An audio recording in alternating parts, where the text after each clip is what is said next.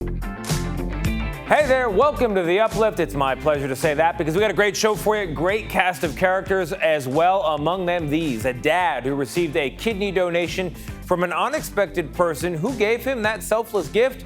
We'll get into it. Also, a couple who opened a unique pet sitting business. It's not for cats or dogs.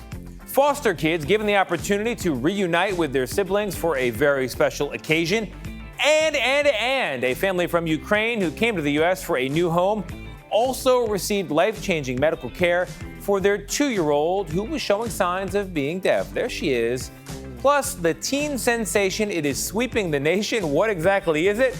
We will tell you coming up. You know what you're watching, The Uplift.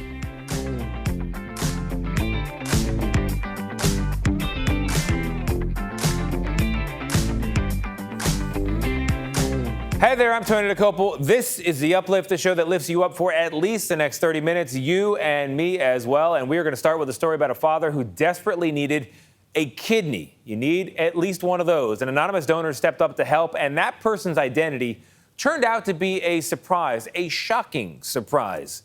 Here's Steve Hartman. Time to go for a walk. When John Ivanowski's kidney started failing and he needed a transplant, the most likely donor match was his daughter, Delaney. But John would have no part of her. And I was like, well, why can't he just have my kidney? Or just take it now. I said, no way. Why so adamant that she not help? She's the only thing I got. 15 years earlier, John's only other child, Dawson, died of cancer. So the thought of Delaney going through this surgery, no matter how small the risk, was more than he could bear. After losing Dawson, I don't know what I would do. Fortunately, a donor stepped forward. Yep. An anonymous donor. An anonymous living donor who also just so happened to be living in his basement. Unbeknownst to John, Delaney had spent the last year working with the transplant center here at Barnes Jewish Hospital in St. Louis, getting tested, going through protocols, and all the while completely deceiving her father. Until this very moment. Oh my God, are you kidding me? John says he sat there for quite a while, not knowing what to feel. I started crying. Hard to process everything, you know? It's Because anger and gratitude have never been intertwined like they were at that moment. I'm like, should I kill you now or kill you later? As time has passed, has gratitude overtaken the anger? Oh yeah. Oh yeah. Most parents would give anything for their children. And when those tables turn, it's not really a parent's place to protest. Because the kids are just following the example you set. I would do it over and over and over again if it meant to like save him his life and have him here with me. How do you say thank you?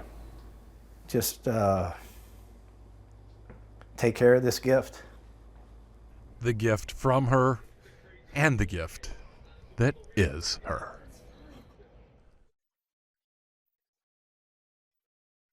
Nothing better than a Steve Hartman story. All right, we're going to move on for the moment to introduce you to a couple who started a pet sitting business. And we're not talking about dogs and cats here.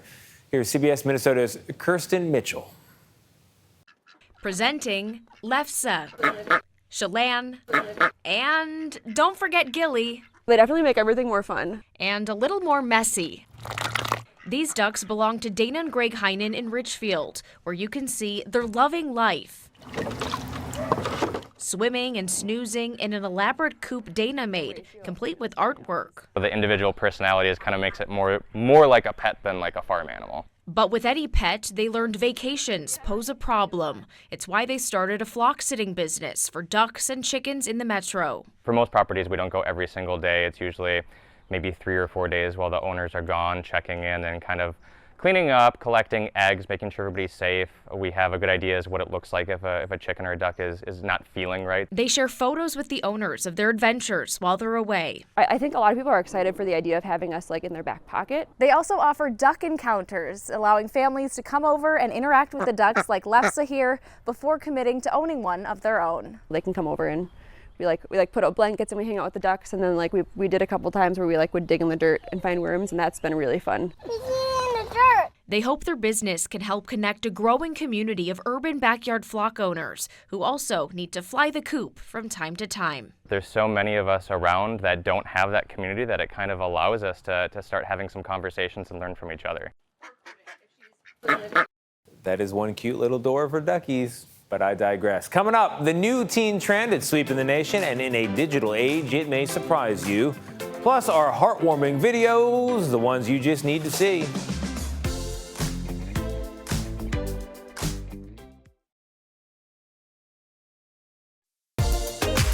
Welcome back to the show, and we now have those heartwarming videos, the ones you just need to see. Get over here, take a look. This one taken at a karaoke bar in Rome, Italy, not Rome, New York. The crowd got a surprise performance from actor Ken Jeong, who serenaded the room with a little radio head. And that's not all they got. Actor Craig Robinson also joined in. The two reportedly were in Italy to film a movie together. Not a coincidence. All right, our next video shows Dad Sam Walker, who's been dancing his whole long life, and so has his 15-year-old daughter, Samia. The pair performed a routine together during a father-daughter dance portion at her recent cheer competition, and the crowd, well, you can hear them. They went wild. Sam told the Uplift that they choreographed the dance together the night before via FaceTime. They only practiced it once before the hit performance that you were seeing on your screen. It comes easy because Sam says they just have a lot of chemistry when it comes to dancing together. All right, a new teen trend is sweeping the country. In the age of video games and social media, it is not what you expect either. Here's CBS News' Bay Area, Max Darrow. To Burlingame high schoolers Isaac Van Voris and Joshua Ortiz, lunchtime now means chess time. It's just a great game, yeah. I like a lot of things about chess. And they are not alone. The subtle knocks of strategic captures and friendly competition have become regular sounds to hear in this corner of the library during lunch period. Do I take? The game of chess has made a major comeback and is taking the high school by storm. Yeah, I think it's great. I think I would argue it's like possibly the most like intellectually stimulating game, so. Librarian Maureen Cito has a front row seat to the spectacle every day. We have that big chessboard over there. And usually kids are running over to grab that. That's like the most coveted table in the library. But Isaac says the phenomenon isn't unique to Burlingame High. And it's not just in-person chess either. It's online too. The most popular app, chess.com, has experienced record high usership this year. It's everywhere. It's becoming more widespread, and I think it's showing that as a generation, we're sort of embracing more like intellectual games. It's tough to pin one reason behind the craze. Isaac thinks its recent rise has been mainly due to its rise as an e-sport. Josh points to drama in the professional chess world. Magnus is like one of the best chess players in the world, and it was like him and this other dude like duking it out. And I think that really made it super popular because it was almost like a scandal. The online aspect of the high school chess obsession sometimes makes its way into the classrooms. Kids playing in class, yeah, I have heard teachers complain about that. But overall, Cito believes chess is a good thing for the students. It bridges different kids that you don't normally see together. It brings out a social aspect that you don't usually see among the kids. Usually they're just on their phones, they're not talking, they're texting, they're doing social media. It's anyone's game now. That's one of the things Josh likes most about chess. I'm missing practices, like swim practices sometimes, because I'm playing chess on the library on the Burlingame app. So I guess it's that social aspect of it that I really like. Josh and Isaac had never played each other before, but in good chess fashion, they came to a stalemate. Yeah, I think this is drawn. I think it's a draw, man. Jeez, that's great. Good game. Oh my Good gosh. game. Isaac encourages people who've never played before to give it a shot. It might like seem really intimidating at first, but it's relatively easy to learn. It's very difficult to master, but you can get to like a really high level with just like a decently short amount of work into it. The more that happens, the more the chess craze will continue. Chess, one of the best games here on this planet, other than maybe baseball, I have to say. All right, coming up, see foster kids reunite with their siblings after more than a year apart. What was the special occasion that brought them together? We will tell you. Also, 6 months after the tragic murders of 4 University of Idaho students, friends remember one of them in a powerful way.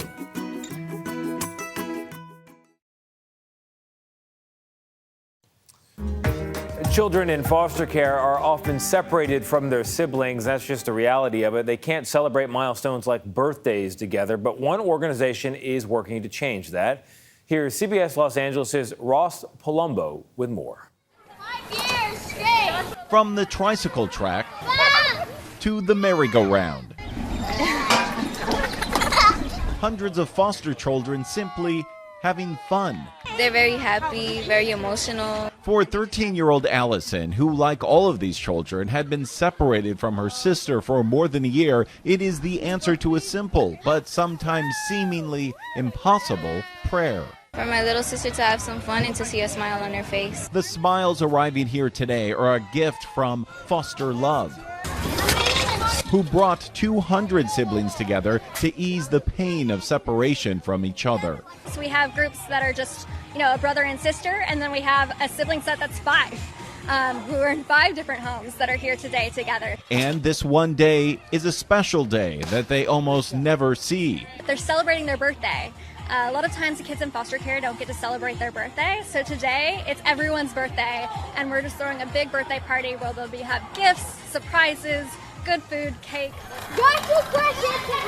I think this is really good for all the kids out here to have some fun and to build some memories. Now there are at least 200 more memories from these 200 children, all now leaving behind 200 new birthday wishes.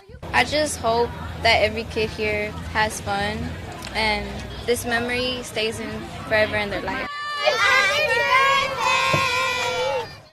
And I'd say that hope has become a reality. We're going to take a turn now to our next story because nearly 6 months ago, 4 college students were killed in an off-campus house near the University of Idaho. You probably remember the story.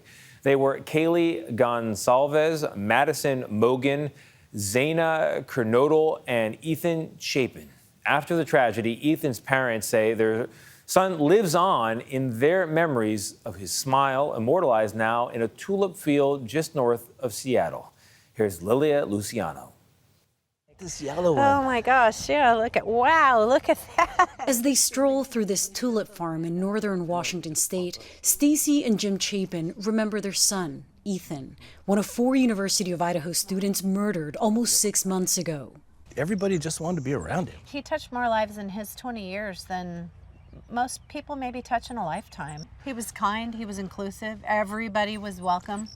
That welcoming presence led to lifelong friendships at Tulip Valley Farms, where he worked along with his brother and sister, Hunter and Maisie. I think they parked cars and took out trash and sold tulips. His friends decided to honor Ethan's memory by creating a tulip mix in his name. They called it Ethan's Smile. Well, Ethan just had a great smile. I mean, he smiled all the time, and kids loved it. And they said the colors had to be white and yellow. The white reminds us of his teeth and the smile, and the yellow is bright and cheery and means friendship. Soon, the Chapins say it seemed many, touched by Ethan's story, Okay, and keep the change. wanted Ethan's smile. Have a good day. Sweet. The tulips just became this tangible thing that literally the nation kind of grabbed onto. And so we've gone from there and created a foundation. The Ethan Smile Foundation is now raising money for college scholarships for students in Washington's Skagit Valley through sales of Ethan's namesake tulips, bulbs, and other merchandise. I think there's been over 83,000 bulbs sold. I think there's been over 1,300 sweatshirts sold. It's good to see you. The Chapins say the support they're getting for Ethan's smile is helping them cope with the pain of never seeing their son's smile again. Well, I mean, it's my honest answer is you wish you had it back. I don't know. Now I'm crying. It was an amazing 20 years we had with him. Yep, I'm on it. It's a lovely story there, Lilia. And coming up, the powerful story of a family who fled Ukraine and found life-changing medical care for their 2-year-old. There she is. What makes you emotional? Because I'm happy. It's a very big day for us. He loves I daughter really love very her. much. It's my daughter.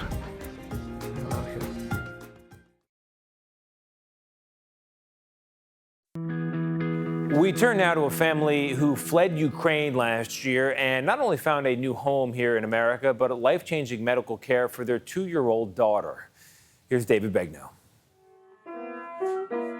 This is 2-year-old Zulata Kuzmina and her 6-year-old brother, Philippe. Their parents, Diana and Oleg, dreamed of going to the United States ever since their children were born. But it was the despair of war that brought them here last year. They came here not just looking for a better life, but for medical care for Zulata. You see, Diana and Oleg were concerned over her inability to communicate with them. We tried everything, loud sounds, pot, pens, but she didn't react. Diana and Oleg told us that their visa application was denied repeatedly. But in February 2022, as Russia's invasion of Ukraine began, they were granted refugee status. The trip from their home in Odessa, Ukraine to the United States took nearly 2 months, with stays in Moldova, the Czech Republic, Poland, and Germany. They left everything behind except for what they could carry. They settled in Boiling Springs, South Carolina. Oleg landed a job at the nearby BMW plant. How do you like the people here? The people are so kind. Kind. Here, yeah, Good. kind. Good. People who we don't know help us as they are our relatives. It looks like they are so open, so helpful, and it's very nice. We call that Southern hospitality. That's nice. Odessa is also south. Is it south in Yeah. Odessa? Uh-huh. Well, Diana found some more of that Southern hospitality during her search for hearing specialists. A lot of people pray for us, and God sent us a very good team and a very nice doctor, and we are very thankful for this. Hey guys, how are you doing? Good to see you. That very nice doctor was Dr. Teddy McCracken, a surgeon and cochlear implant specialist. Turns out his great-grandparents fled persecution in Odessa, Ukraine, a century before. Did you feel a personal connection at that point? Well, you know, I mean, I think my personal connection was really more as a parent, right? Trying to do the best thing for their child. Because I could only imagine if it were my child and, you know, they were in an extremely unfortunate situation. In the United States, every child should get screened for hearing loss as part of the routine workup before the child leaves the hospital. That doesn't exist in the Ukraine. So it was kind of 6 months, 7 months when the mother realized that there were issues related to hearing. And the workup started at that point. And then the workup started and the war broke out. Dr. McCracken and his team at the Medical University of South Carolina confirmed that Zulata was deaf in her left ear.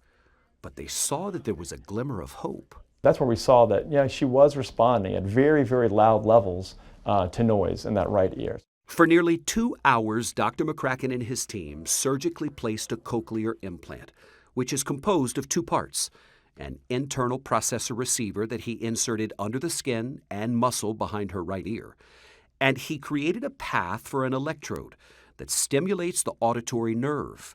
Once activated, the stimulation of the auditory nerve then sends signals to the brain, which will interpret them as sound for that ear.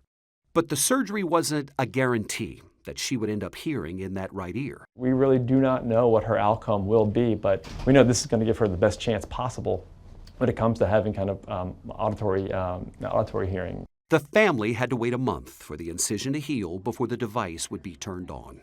And then they would determine if the procedure was a success. How are y'all? Oh, look how cute. Yes! I'll put it on her ear. Just like this. Dr. Amy Noxon is Zulata's audiologist. Just try to talk to her a little bit. Zlata. You want to put it out? Oh, shit. Maybe something there.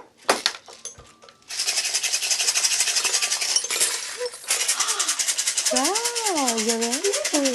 Yeah, I hear that. Yeah. Good. Wow. What is it? Oh my goodness, I heard that. Good job. Yeah. Yeah.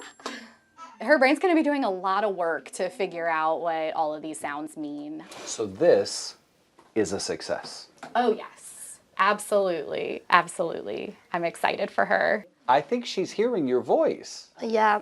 She's reacting to you. It was wonderful to witness. I mean, it's very emotional just as a stranger to watch this, you know? When she will grow up, she will understand, and I think she even wouldn't know that she didn't hear some period of life, I hope. I think you're right. Well, I've never been so happy to see tears. Thank you. Thank you. How do you feel knowing how well it went? It's a great sign that she was responsive. Good day at the office for you. Good day at the office. Feels good. No way. No way. She's going, oh, there she is. You are looking at a little girl from Ukraine who comes to America as a war refugee and receives the most unexpected and precious of gifts, that gift of sound. What do you think your daughter will be able to do now that she can hear? I hope that she will understand my words, and all our family is singing, and I hope she will sing with us. What makes you emotional? Because I'm happy. It's a very big day for us. He loves I Dara really love very her. much. It's my daughter. I love her. Simple words, clear and true. Lovely story, David Begnaud. And that is our show. I hope it brightened your day. I hope it lifted you up. I'm confident it did. If for some reason it did not, those reruns, they do remain 100% free. I'm going to go find some good news.